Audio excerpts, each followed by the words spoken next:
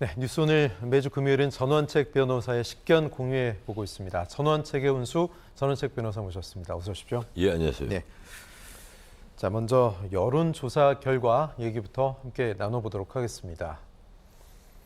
이번 이태원 참사에 대해서 시민 여러분께 물었습니다. 뉴스토마토 의뢰로 미디어토마토가 있고요. 10월 31일부터 11월 2일까지 했습니다. 지자체와 정부의 책임 여부에 대해서 물어봤더니 책임이 있다가 73.1%, 책임이 없다가 23.3%, 잘 모르겠다가 3.6%였습니다. 자, 정부와 지자체에선 애초부터 사건이 터지고 난 직후부터 주최측이 없는 대규모 자발적 행사라는 입장을 견지하면서 이 사건을 바라봤습니다. 하지만 국민들 여론을 보면 정부와 지자체가 직접 주최자는 아니지만 책임이 있다라고 상당히 많은 분들이 보고 있는 것 같습니다. 이 상황에 전전긍긍하고 있는 건 정부, 지자체 그리고 여당 특히 그런데요. 주호영 국민의힘 원내대표는 문재인 정부를 소환했습니다. 문재인 정부 동안 경찰이 너무 정권과 밀착해 본연의 업무를 소홀히 하지 않았나 그런 지적이 있다는 점을 말씀드리겠다. 김기현 의원은 당권 주자 가운데 하나죠. 세월호 아이들에게 고맙다고 한 문 전 대통령 모습이 오버랩된다. 문재인 정권 때도 제천 스포츠센터 화재, 인천 영흥도 낚싯배 침몰 사고 등 비슷한 유형의 사고가 꼬리를 물고 일어났다. 전 정권의 책임론을 은근슬쩍 제기하고 있고 이런 국민의힘의 모습에 민주당에서는 비판을 가하고 있습니다. 글쎄요, 현 정권에 쏟아지는 비판, 화살을 전 정권 쪽으로 좀 돌리고 싶은 국민의힘의 마음이 아니냐 이런 지적이 있는데 글쎄요. 세월호 소환 또 박근혜 정부 시절의 악몽을 어떻게 하면 같이 엮이지 않고 싶어하는 정부 여당 국민의힘의 그런 모습 안간힘 쓰는 거 아니냐 이런 지적도 나오고 있습니다. 변호사님 어떻게 보세요? 예, 이 사고가 이 윤석열 정부로서는 참 이 난감한 사고였을 겁니다. 딱 흐리문 기간, 그러니까 취임한 지 6개월 되는 거의 마지막 순간에 이 사고가 터진 거예요. 아직 조각이 완전히 되지 않았습니다. 복지부 장관 아직도, 복지부가 아니 교육부 장관 아직도 임명을 못 했지 않습니까? 그런데 당장 이것 때문에 행안부 장관 그만둬야 되지 않느냐. 이런 문제가 나올 정도의 엄청난 충격을 받은 사건인데 우리가 책임 미루는데 책임은 딱 두 가지죠. 하나는 정치적 책임, 하나는 법적인 책임. 이 정치적 책임은 사실은 결과 책임입니다. 아무도 이런 엄청난 사고가 그런 골목길에서 일어나리라고 생각을 안 했을 거예요. 저만 하더라도 제 일부를 봤을 때 두 분이 희생이 됐다, 두 분이 피해자다. 이 얘기를 들었을 때 두 사람이나 그런 일을 당해서 제가 깜짝 놀랐어요. 어떻게 골목길에서 두 사람이나 죽는 그런 참사가 벌어질 수 있느냐 이러는데 그게 불과 1시간 좀 더 지나니까 59명으로 늘어나더라고요. 거의 2보 정도가 될 겁니다. 그런데 그게 또 한두 시간 지나니까 100명이 넘었단 말이에요.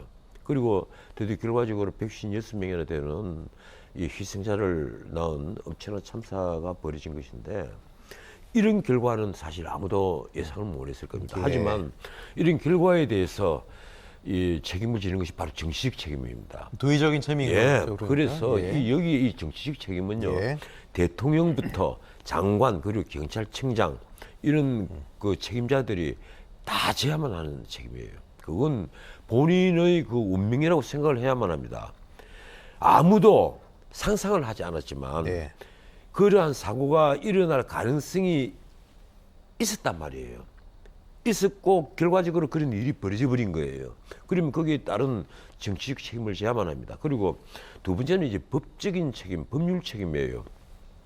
법률 책임은 아주 핵심을 얘기하면 행위 책임인데 쉽게 말하면 직무유기를 했느냐 안 했느냐는 부분이 가장 큰 포션을 차지할 겁니다. 직접 통제 권한과 연관이 있겠네요. 그래서 가령 용산 경찰서장이라든지 그리고 선출직이지만 용산 구청장이라든지 이런 분들은 아마 법적인 책임을 져야만 할 겁니다. 이 사건을 언제 알았고 어떤 조치를 취했느냐 그리고 이 사건이 일어나기 전에 헬로윈 데이에서 많은 사람들이 모일 것이 예상이 됐다면 어떤 조치를 사전에 해야만 하고 그리고 어떻게 대비를 해야만 하느냐, 그 선제적인 조치를 했느냐 하지 않았느냐, 그런 의무가 있었고 그런 주의 의무에 따라서 행동을 했느냐 아니냐, 이런 걸 아마 전문가들이 판단을 하고, 또 그리고 결과적으로는 검찰 더 나아가서 법원이 또 판단을 하게 될 겁니다. 그래서 직무유기가 되느냐 안 되느냐, 저는 이런 지금까지 나온 것으로 봐서 물론 결과가 엄청난 거니까 또 이런 판단을 하겠지만, 지금까지 나온 내용으로 봐서는 적어도 이 직무유기 책임은 피하기 어렵다 하는 생각을 합니다. 저도 합니다. 네. 그런데 우리가 이제 일반적으로 그 책임 묻는 것은 우선은 지금 이 정치적 도의적 책임이거든요. 예. 그래서 내가 하나 참 아쉬운 게 하나 있어요. 윤석열 대통령이 애도 기간을 선포를 했습니다. 네. 그게 아마 내일까지죠. 예. 그 애도 기간을 선포를 했으면 본인은 아침에 그 물론 집무실에서 가까우니까 더 그럴 수도 있겠지만 그 경찰청장을 데리고 매번 그 가서 이제 조문을 네. 하는 식인데, 본인이 아소 일본 총리를 만났을 때 파란 넥타이를 맸더라고요. 전 일본 총리 좀 극우 정치인이죠? 예, 전 총리를 만났을 때 예. 파란 넥타이를 맸어요. 아, 근데 아소 전 총리는 검정. 예, 아소 총리는 상대국의 입장을 생각해서 예. 검은 넥타이를 맨 겁니다. 내가 깜짝 놀랐어요. 이거 뭐 거꾸로 된 거 아니냐. 그래서 과연 그 윤 대통령이 정말 우리 국민들이 아픈 가슴을 헤아리고 있느냐. 네. 이게 사람이 156명이 죽었고 그 대부분이 그 10대, 20대, 그리고 30대 초반. 예. 그 대부분이 그렇습니다. 물론 뭐 50대도 한 분이 계시지만 대부분 그렇단 말이에요. 전부 다 동생 같고 자식 같은 아이들이에요. 아직까지 인생을 제대로 살아보지를 못한, 시작도 안 한 네. 그런 세대예요.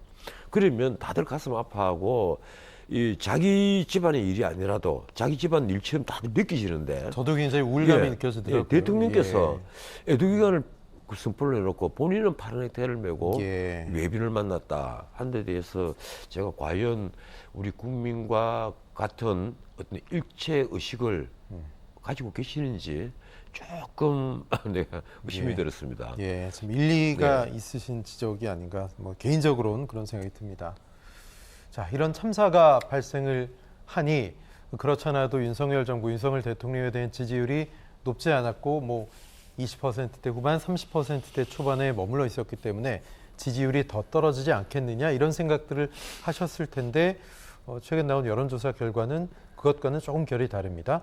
31%, 긍정평가가 31% 지난 10월 셋째 주와 같았습니다. 네, 지지율에는 어떻게 보면 큰 변화가 없는 건데, 글쎄요, 어떻게 해석을 해야 될지, 너무 낮아서 더 내려갈 때가 좀 없는 건지, 아니면 이것이 뭐 대통령의 직접적인 책임이겠느냐, 그렇게까지는 시민들이 안 보시는 건지, 어떻게 보십니까, 변호사님? 이 대통령의 어떤 직접적인 법적인 책임이 아니니까 네.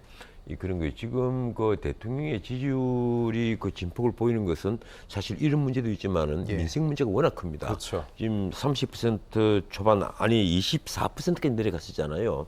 여론조사에 따라서 조금 굴곡은 있습니다만, 이 대부분이 바로 고물가, 고환율, 고금리, 이 삼고 현상, 그리고 네. 너무나 어려운 민생, 예. 여기에 따른 거예요. 특히 장바구니 물가가 너무 올랐단 말이에요. 그렇죠. 그리고 2030들이 거의 연끌 투자를 했다 이래서 한때 집값이 막 폭등을 했을 때 그렇죠.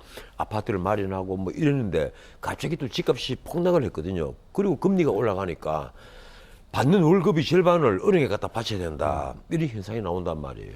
이러니까 정말 빠듯한 그 생활에 점점 어려워지고 희망이 보이지 않으니까 대통령에 대한 지지가 확 내려가는 거예요. 원래는 집을 가지고 있고 그리고 정상적인 일자리를 갖고 있는 사람들은 보수적인 성향을 많이 띠기 마련이고, 예. 그리고 새 정부가 출범하면 새 정부를 지지할 가능성이 굉장히 높은 그 층입니다. 그런데도 그런 층부터 지금 이반을 하는 거예요. 이러니까 대통령에 대한 지지가 30% 초반에 지금 머물고 있는 것인데, 저는 그렇게 생각합니다. 이 앞으로 이제 민생이 더 나아질 것이냐 아니면 더 어려워질 것이냐, 여기에 따라 윤 대통령의 지지, 그리고 윤 대통령이 앞으로 그 자기의 역량을 펴려면 국민 지지를 받아야만 역량을 펴잖아요. 이게 아마 좌우될 것이다. 우선 지금 수출이 계속 어려워지고 있고 또 무엇보다도 수출 중에 제1 효자 품목인 반도체가 지금 가장 어렵습니다. 그게 아마 그렇죠. 내년 하반기 돼야 풀리지 않느냐 이런 전망들을 하는데 앞으로 그 내년 봄까지 고물가 현상이 계속 유지될 것이다. 그래서 지금 R의 공포, 리세션, 경기 침체의 공포가 완전히 시장을 꽉 누르고 있기 때문에 대기업의 절반이 투자를 줄이겠다. 그리고 그 고용 인원을 줄이겠다. 이렇게 판단을 하고 있단 말이에요. 이러니까 2030 젊은이들은 더 일자리를 구하기 어렵고 더 어려워지는 거예요. 그래서 지금 뭐 아닌 말로 라이더, 배달 직업이 가장 좋은 직업 아니냐 이런 농담이 나올 정도로 씁쓸하네요. 굉장히 어려운 그 상황이에요. 이러니까 대통령에 대한 지지가 아마 올라가기 힘들 겁니다. 이런 판에 이런 이태원 그 참사 같은 대형 사고가 터졌으니까 이 아마 윤 대통령도 난감하겠죠. 난감하지만 이럴 때일수록 사실은 어떤 의미에서는 내 표현이 좀 그런데요. 어떤 의미에서는 기회입니다. 이럴 때일수록 국민들 마음을 좀 더 다독이고 그리고 이 사고를 빨리 수습하고 그리고 다시는 이런 일이 없도록 이 사고는 계속 재발되면 더 이게 안 좋아진단 말이에요. 이 다시는 이런 일이 없도록 이 국민 안전 대책을 한 번 더 점검하고 강구를 해야만 하지 않겠느냐. 뭐 그렇게 되면 앞으로 나아지겠죠. 뭐 국민들 그리고 야권에서도 뭐 대통령이 사과를 해야 되는 거 아니냐, 왜 사과를 하지 않느냐 이런 이야기들이 나오고 있는데요. 역대 정권에서도 큰 참사, 사고가 났을 때 다양한 형태의 대국민 사과가 있었습니다. 고 노무현 전 대통령 시절에는 2003년이었죠. 대구 지하철 참사 당시 죄인된 심정으로 사후 대처하겠다. 상당히 좀 진솔한 그런 표현으로 사과를 한 바 있습니다. 이명박 전 대통령은 2010년 천안함 사고 24일 뒤에 무한한 책임과 아픔을 통감한다. 박근혜 전 대통령 8년 전 세월호 참사 때 14일 뒤에 지켜주지 못해 대통령으로서 비애감마저 든다. 이렇게 이야기를 했습니다. 지금 사과가 아직 안 나오고 있는데 사과 시점 그리고 사과 여부 좀 늦었다 보십니까? 아니면 뭐 사과할 때가 이제 되면 한다고 보십니까? 어떻게 보세요?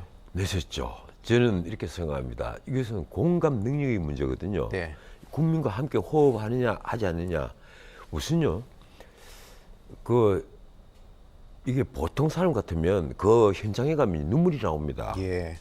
그건 당연한 그걸 인지상정이라 그래요. 누구나 가슴 아프고 눈물이 나오고 참 쓰라리단 말이에요.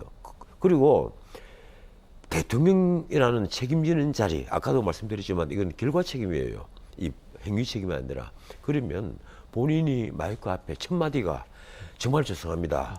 이 제 재임 기간에 이런 일이 없기를 내가 정말 빌고 비리는데 저 역시 피하지 못하고 이런 일을 당했습니다. 다 제 책임입니다. 하고 얘기를 해야죠. 그 얘기를 먼저 해놓고 그 다음에 지휘를 해야만 하는 거예요. 그런데 아직까지 사과가 없습니다. 나는 내가 그 보수 농객으로서 이 윤 대통령이 우리 보수파가 만들어낸 대통령입니다. 정말 나는 이해를 못하겠어요. 일각에서는 매일 조문 간 게 그 마음을 대변하는 거 아니냐 뭐 이런 물론 얘기를 그렇죠. 하는데요. 그리고 또 트라우마가 있습니다. 이 박 대통령 때의 트라우마가 있어요. 세월호 사건 트라우마가. 결국 야당에게 이렇게 밀리면 사과를 하고 계속 밀리면 광화문에 사람들이 모여들고 촛불을 들고 결국 시위가 벌어지고 정권이 무너지더라. 본인이 박영수 특검에서 수사팀장을 했잖아요. 그런 분이니까 더 잘 알겠죠. 이번에 경찰 첩보 뭐 그런 문건도 있었잖아요. 그렇죠? 그런데 참 묘한 거예요. 언제 보고를 받고 언제 어떤 조치를 취했느냐. 사실 대통령 그리고 행안부 장관, 경찰청장까지 직접 지휘를 할 그 부분은 없습니다. 그래서 이분들에게 물을 수 있는 것은 정치적 책임이에요. 가령 용산 경찰서장, 조금 더 나아가서 서울 경찰청장까지는 모르겠어요. 뭐 직접 지휘 책임을 물을 수 있을지 모르겠는데 경찰청장이라든가 행안부 장관이라든가 그리고 더 나아가서 국무총리, 대통령은 도의적 책임의 문제입니다. 이번에도 한덕수 총리가 외신 기자들을 모아놓고 자기 자신이 얘기를 하다가 자기 딸은 그 좀 분위기를 부드럽게 한다고 농담을 했지 않습니까? 조크를 했단 말이에요. 책임의 끝과 시작과 끝은 어디냐? 외신 기자들은 그 잘 아시겠지만 외국의 그 이제 뭐 프라임 미니스터가 어떤 하면 조커로 시작하고 조커로 끝낸다고 그러잖아요. 유머가 필수적이라고 예. 보니까요, 그죠? 하지만 이번 사건은 그 조커를 절대 쓰는 안 될 예. 그러한 그 사고 참사에 대한 기자회견인데 네. 거기서 이 장관 또 아닌 그 총리 프라임 미니스터가 나가셔가지고 그런 조커로 해버렸으니까 외신 기자들이 보면 또 하나의 참사가 벌어진 거예요. 나는 그래서 이 정말 도의적 책임을 지고 한 분들이 정말 공감 능력이 있느냐. 예. 어떤 한 분이 그랬더라고요. 그 한덕수 총리가 그 족구를 한 걸 두고 정말 고위직을 너무 오래 하신 거 아니냐. 예. 이런 식의 그 말씀을 하셨던데 저 역시 그런 생각을 했습니다. 너무 고위직만 계시다 보니까 감각이 떨어지신 게 아니냐. 우리 같은 보통 사람들이 느끼고 있는 피부를 느끼고 있는 네. 그런 감각을 잃어버린 게 아니냐. 가령 승용차 뒤에 파묻혀가 다니면요, 직접 운전하는 사람의 감각, 버스나 지하철 타고 다니는 사람들의 감각을 잃어버립니다. 그렇죠. 시장 바구니 직접 물건을 시장을 안 봐본 사람들은 장바구니 물가 하지만 피상적으로 신문 보고 아는 거지. 아, 달걀 값이 얼마고 뭐 하니. 예, 예. 직접 콩나물 값을 사 봐야만 그걸 아는 거예요. 그렇습니다. 예, 그런 예. 피부로 못 느끼고 있는 것 아니냐. 예. 이런 생각을 했습니다. 네. 그래서 공감 능력을 좀 가지시고 예. 이 정말 이 국민들이 아픈 가슴을 진짜 위무해 줄 수 있었으면 좋겠다. 예. 이런 생각을 합니다. 글쎄요, 국민들이 이 참사에 대해서 아무도 자유로울 수 없을 수도 있습니다. 아이들을 지켜주지 못했다는 그런 큰 틀에서 이야기하면. 근데 특히 이상민 행정안전부 장관에 대해서 국민적인 분노가 아주 커 보입니다. 일단 여론조사 결과를 보죠. 이상민 행안부 장관 논란 수습 방향, 책임지고 물러나야 된다 56.8, 사과 수준 마무리 24, 사과하거나 물러날 일이 아님 16.7, 잘 모름 2.5입니다. 10월 31일부터 11월 2일까지 이상민 장관에 대해서 상당히 부정적인 기류가 많은데, 일단 그게 촉발된 것은 막을 수 있는 게 아니었다. 어떤 조치를 하더라도 그런 발언이 아니었나 싶습니다. 변호사님, 진짜 이게 사퇴를 해야 되는 건지, 이상민 장관이 어디까지 책임을 져야 되는 건지, 논란이 적절한지 좀 식견 듣고 싶습니다. 예, 이번에 쭉 보면 전화를 언제 받았느냐, 언제 무슨 지시를 했느냐, 이제 이런 얘기들이 많이 나왔습니다. 장관은 어떤 지시를 했고 경찰청장은 어떤 지시를 했느냐. 대통령은 또 이 국정상황실장으로부터 이제 보고를 받았는데 네. 보고를 받고 어떤 지시를 했느냐. 대통령이나 행안부 장관이나 국무총리나 그리고 더 나아가서 경찰청장까지 저는 그렇게 생각해요. 이분들이 할 수 있는 지시는 딱 하나밖에 없습니다. 총력 대응해라. 그런 지시는요, 높은 사람 다 합니다. 그리고 사실 그래서 그런 분들에게 물을 수 있는 것은 정치적 책임만 묻지 어떤 법률적인 책임을 묻기 어려운 거예요. 네. 이분들이 언제 알고 어떤 지시를 했느냐가 이 사건의 결과를 더 키우고 더 줄 수 있었고 하는 데와 크게 상관이 없다는 거예요. 진짜 상관이 있는 부분은 용산경찰서장, 그리고 용산구청장, 그리고 휘하의 직접 뛰어든 사람들이란 말이에요. 이분들이 어떤 매뉴얼을 갖고 어떻게 했느냐. 이번에 그 언론 보도를 보면 이런 말들을 합니다. 매뉴얼이 없었다. 이런 소리를 왜 하느냐 이거예요. 매뉴얼하고는 다른 문제는 아닙니다. 굉장히 중요한 거예요. 이런 일이 벌어졌을 때 어떻게 움직인다는 걸 숙지가 되어 있어야죠. 경찰도 그렇고, 그리고 행정공무원도 그렇고, 이런 일이 벌어지면 어떻게 자연스럽게 움직이고, 어떻게 해서 피해를 최소화하고, 어떻게 인명을 구할 수 있다. 이거 숙지가 안 되어 있었던 거예요. 우리 모두에게. 난 그래서 이게 우리 모두의 책임이라는 생각을 합니다. 한쪽에서 뒤에서 밀어 했다는데 이런 일이 얼마나 위험한지를 우리 시민들 자체가 몰랐다는 거예요. 네. 그래서 지금 누구에게 책임을 묻고 하기 전에 나는 이상민 장관 같으면요, 본인은 당연히 이 사건 수습이 되면 사퇴해야만 합니다. 이건 당연한 거예요. 이런 엄청난 전 세계의 유례를 찾아보기 힘든 이런 대형 사고가 벌어졌고, 그리고 이게 정부가 가령 국민의 생명과 재산을 보호하는 책임을 지는 것은 무한 책임입니다. 이번에 한 원로 언론인과 어제 제가 통화를 했는데 이분이 제일 처음에 하시는 말씀이 그거예요. 자네는 어떻게 생각하냐 이러시더니만 하시는 말씀이 정권의 책임이 아니라 정부의 책임이다. 어느 정권이라도 그 말씀에는 어느 정권이라도 일어날 수 있었던 사고다. 첫 번째 그게 네. 이제 그런 그런 뜻이 함축이 되어 있습니다. 두 번째는 그리고 결과가 어떻든 어떻게 되었든 간에 어떻게 마무리되든 간에 책임질 사람은 책임을 져야만 한다. 이 정부의 책임을 누가 져야 되겠습니까? 네. 결국은 장관 아니면 총리란 말이에요. 대통령은 사과를 하고 대통령이 이런 일로 물러날 수는 없지 않습니까? 예. 대통령은 이 사과를 해야 되겠지만 총리나 장관은 책임을 져야만 합니다. 그리고 경찰청장하고요. 제가 보기로는 이상민 장관은 책임을 져야죠. 네. 책임을 지고 예, 그리고 지금 당장 물러나라는 게 아니고 수습을 다 하시고 예. 그리고 나서 그 물러나시는 게 예, 도리가 아니겠냐 이런 생각을 합니다.